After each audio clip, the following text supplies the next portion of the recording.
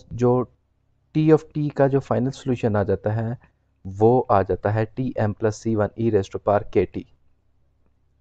ये सोल्यूशन है generalise solution. अब इसके अंदर सी वन हमारे पास आर्बिट्री कॉन्स्टेंट्स है। इस कॉन्स्टेंट की वैल्यू हम इनिशियल कंडीशन की मदद से फाइंड आउट कर सकते हैं। तो ये कंडीशन हमने अप्लाई की तो हमारे पास जो सोल्यूशन है सी वन की value T naught minus T M आ गया।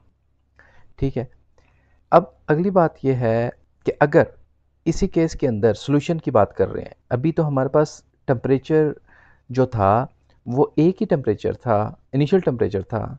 तो अगर हमारे पास किसी भी बॉडी के दो डिफरेंट टेम्परेचर आ जाते हैं, मिसाल के तौर पर एक टेम्परेचर अभी मैंने नोट किया इनिशियली यानी टाइम जब ज़ीरो था तो उस वक्त temperature T capital T one, और जब टेम्परेचर जो टी टू पे है यानी स्मॉल टी टू पे, तो फिर कैपिटल टी टू, तो फिर हमारे पास जो ये सोल्यूशन है वो किस तरह का होगा।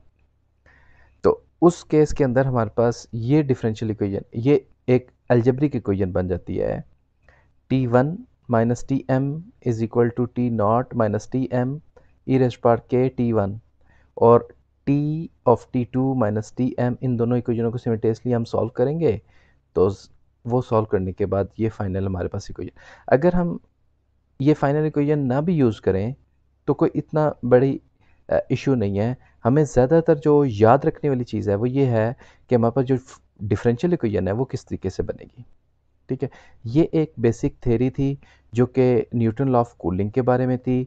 हम अब बुक से रिलेटेड जो एक्सरसाइज के अंदर है एक प्रॉब्लम सॉल्व करते हैं। यहाँ पे ये हमारी एक्सरसाइज 3.1 का क्वेश्चन नंबर 13 है जो कि न्यूटन लॉ ऑफ कूलिंग या न्यूटन लॉ ऑफ हीटिंग से रिलेटेड है। हम इसको सॉल्व करने की कोशिश करते हैं। क्वेश्चन ये है, thermometer is remove from the room where the temperature is 70 degree Fahrenheit. Solution के लिए मैं ये कहता हूँ कि जो पहले डाटा है उसे कलेक्ट कर लेते हैं।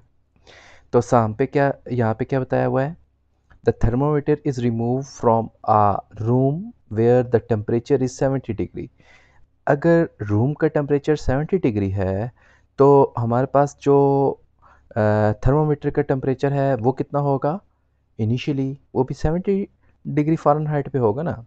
तो इसका मतलब है पहली कंडीशन हमें मिल गई कि टेम्परेचर ऑफ अ बॉडी यानी यहाँ पे बॉडी हमारे पास क्या है, थर्मोमीटर है, उसका इनिशियल टेम्परेचर यानी T at zero is equal to 70 degree Fahrenheit है। ठीक हो गया, एंड इज टेकन आउटसाइड। अब हम उस रूम से बाहर उस थर्मोमीटर को ले गए हैं where the air temperature is 10 degree Fahrenheit. 10 degree Fahrenheit का मतलब क्या है कि अब क्योंकि करंटली वो कहाँ पे है टेम्परेचर, सॉरी थर्मोमीटर कहाँ पे है, एयर में है ना, यानी रूम से बाहर है। तो ज़ाहिरी बात है जो ही हम रूम से बाहर चले जाएंगे तो फ़ौरन ही जो बाहर का टेम्परेचर है उसके बराबर तो नहीं हो जाएगा ना।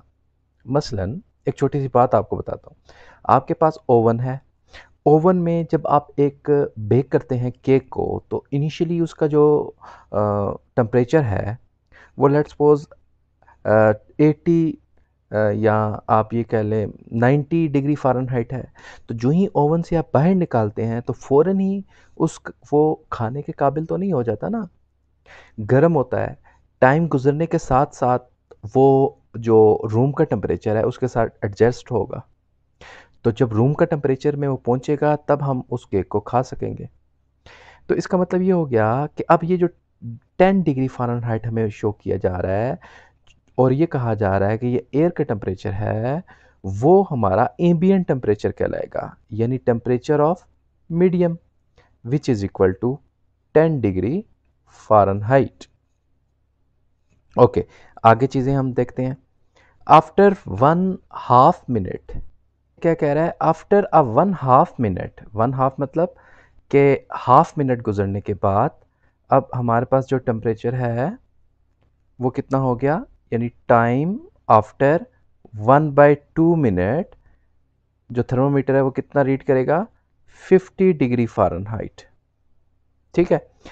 तो अब अगर 50 डिग्री फ़ारेनहाइट ये है, तो अब हमने आगे क्या देखें, आगे what is the reading of a thermometer at T is equal to 1 minute. तो अब हमने फाइंड क्या करना है, टी एट 1 क्या होगा वो हमने फाइंड आउट करना है, एक चीज़। दूसरा, how long will it take for the thermometer to reach 15 degree Fahrenheit.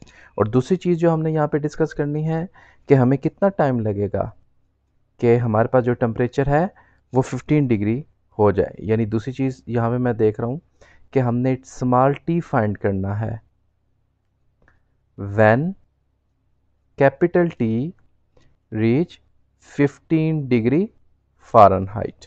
ठीक हो गया। चलें जी, इसको हम सॉल्व करते हैं। तो कैसे सॉल्व करेंगे, मैं यहाँ पे लाइन ड्रा करता हूँ।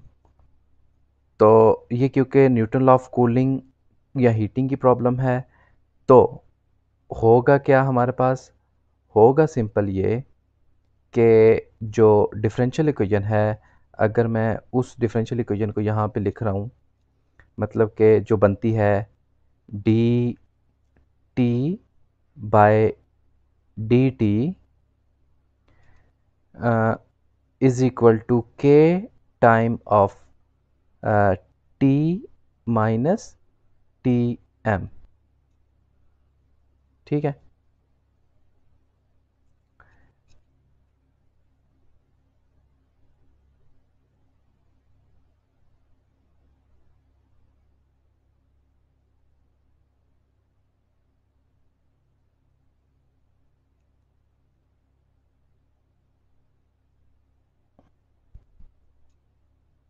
न्यूटन लॉ ऑफ कूलिंग की जो डिफरेंशियल इक्वेशन है वो क्या है, D T over D T is equal to K time of T minus T M. तो यहाँ पे मैं अगर सॉल्यूशन फाइंड आउट करूँगा तो कैसे फाइंड आउट करूँगा, डी टी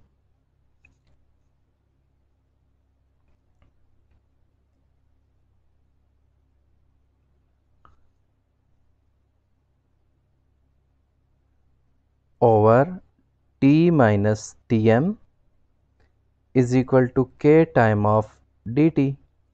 तो natural log of T minus T M is equal to K T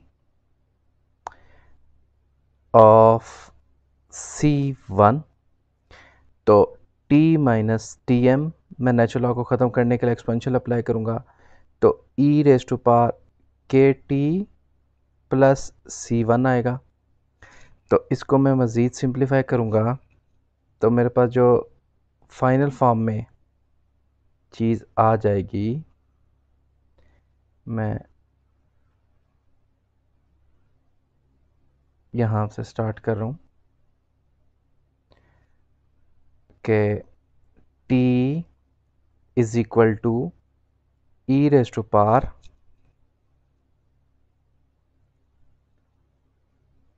के टी प्लस सी वन, यानी कि E raise power C one को मैं सी कह देता हूँ, के टी प्लस टी एम। अच्छा, अब ये देखें कि टी एम की वैल्यू तो हमें गिवन है, तो T is equal to C E raise to power के टी